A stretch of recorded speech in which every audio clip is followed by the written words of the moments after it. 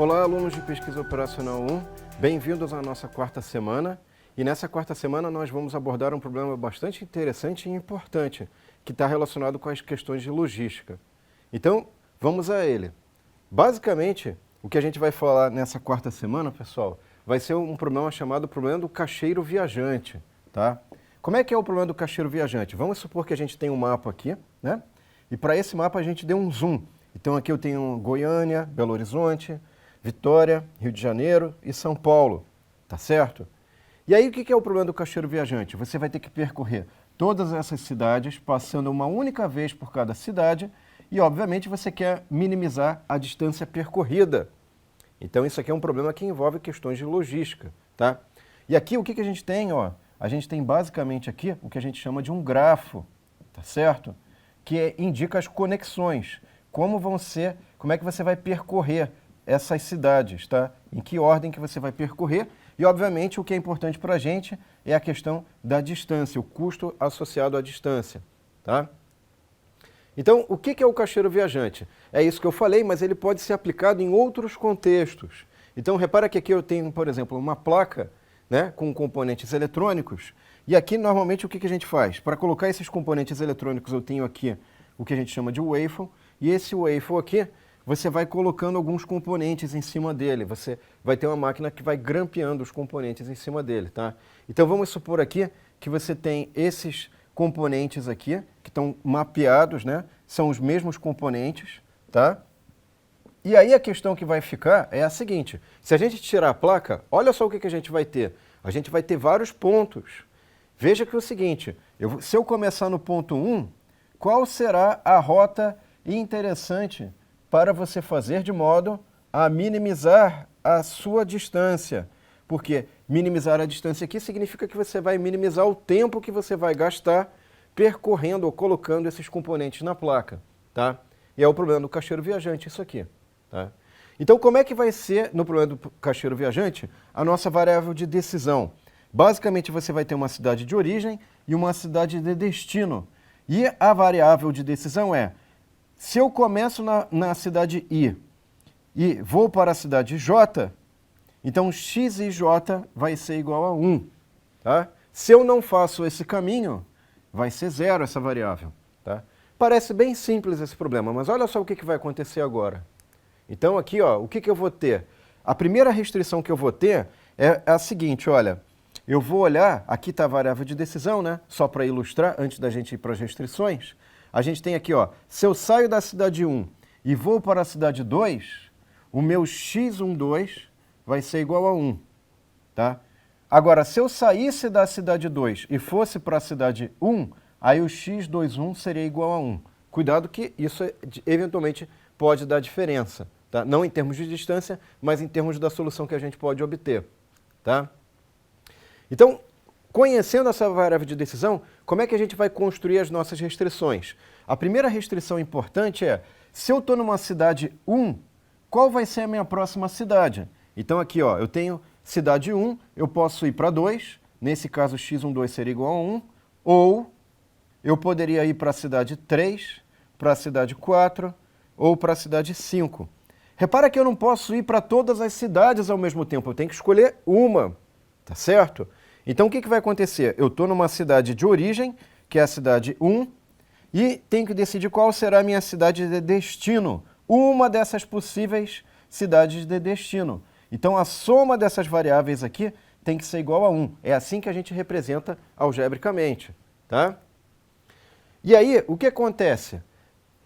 Se eu estou na cidade 1, essa aqui é a cidade 1, qual foi a cidade anterior? Foi a cidade 2? Foi a cidade 3? Foi a cidade 4? Como é que eu cheguei na cidade 1? A partir de qual cidade?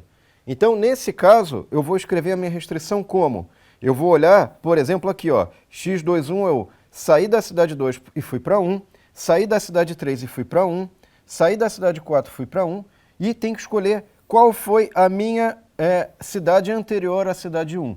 Só pode uma, então a soma disso tem que dar igual a 1, tá? Bom, entendido isso, como é que vai ficar o nosso modelo matemático? Vai ficar desse jeito. Aí você fala, poxa, que legal, o modelo matemático que eu obtive aqui, ó, repara o seguinte, ó, isso aqui, ó, toda cidade, pelo menos uma cidade J posterior a uma cidade I. E pelo menos uma cidade J anterior a I, né? Que foram as duas restrições que a gente construiu. Isso aqui é muito parecido, essas restrições são muito parecidas, e a função objetivo também, é muito parecido com um problema de designação, tá? E aí vem a questão, bom, qual que é o problema? Isso aqui não é um modelo completo. O que está faltando para completar esse modelo? Vamos dar uma olhadinha, ó. Então, lembrando aqui que o modelo de designação, só para relembrar, né, era justamente para cada operário tem uma tarefa, e a minha variável de decisão é o operário I faz a tarefa J, né? E aí eu garantia que todo operário fazia uma tarefa e toda tarefa tinha um operário, né? Então isso aqui era o modelo da designação completinho, geral, e o nosso modelo eu falei que não basta ter só isso. Mas o que está faltando então? O modelo de designação e o modelo relativo ao caixeiro viajante são muito próximos. Mas veja o seguinte, ó.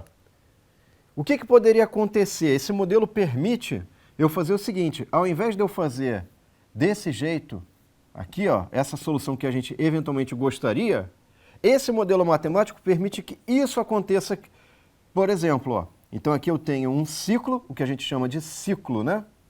E aqui eu tenho outro ciclo. Mas eu não quero fazer dois ciclos, eu tenho que ter uma ligação entre esses ciclos.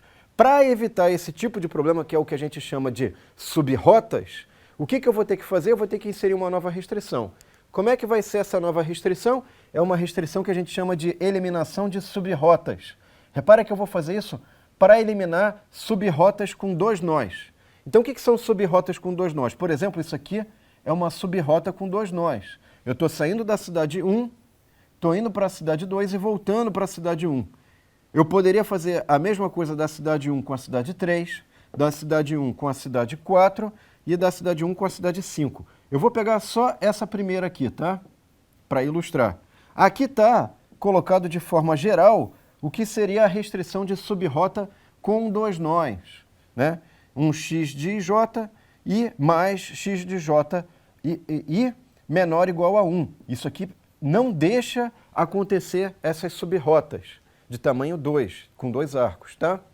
Então vamos mostrar isso, ó. Então vamos colocar isso em forma, para você entender melhor, em um exemplinho, né? Então aqui, por exemplo, se eu pegasse essa subrrota aqui, como é que escreveria? Ó, x12 mais x21, então x12 eu saí daqui para cá e saí daqui para cá, x21. Isso menor ou igual a 1, então o que vai acontecer? Aqui pode ser 1, se aqui for 1, então aqui tem que ser 0. O contrário é verdadeiro e poderia acontecer dos dois serem 0 também, tá? Então, basicamente, como é que vai se dar isso? Ó, com essa restrição, esse cara daqui vai ter que ser 0, para esse ser 1 ou 0, tá?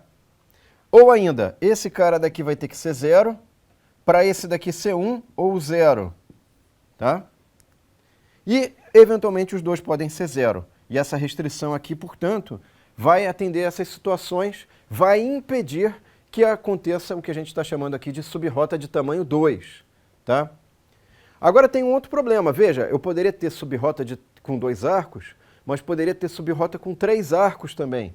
Então aqui, por exemplo, eu poderia fazer isso aqui, ó, essa subrrota aqui, ou ainda fazer essa daqui, ó, tá?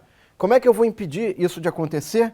Xij mais xjk mais xki.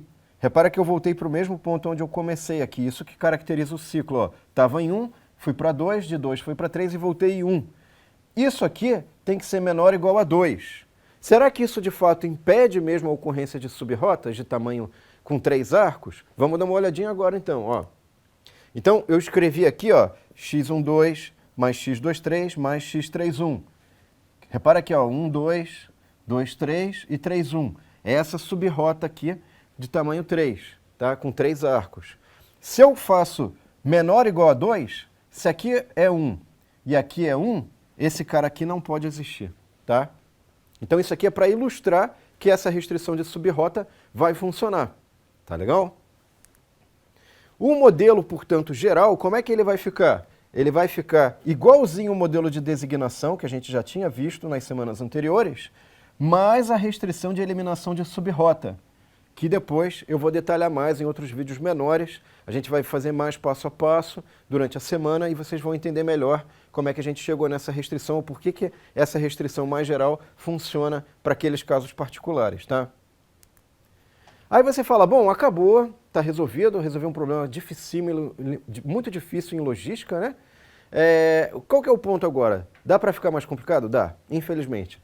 Por quê? Imagina que você está coordenando as operações de um centro de distribuição e você tem vários pontos. E normalmente você não tem só um caminhão. Você não vai fazer todas as rotas com um único caminhão. É impensável, por exemplo, um caminhão sair aqui, né, do centro de distribuição e vai percorrendo todos os nós e volta até o centro de distribuição. Na verdade, a gente tem vários caminhões que vão sempre sair aqui do centro de distribuição, tá? Então, além disso, o que é importante? É importante considerar que a gente vai ter em cada ponto uma certa demanda de produtos, tá? E o nosso caminhão vai ter uma capacidade máxima. Aqui no caso ele tem capacidade máxima de 10 e aqui, por exemplo, no ponto 1 tem uma demanda de 2. Tá legal? Que problema que a gente vai trabalhar então? É o problema que a gente chama de roteamento de veículos, tá?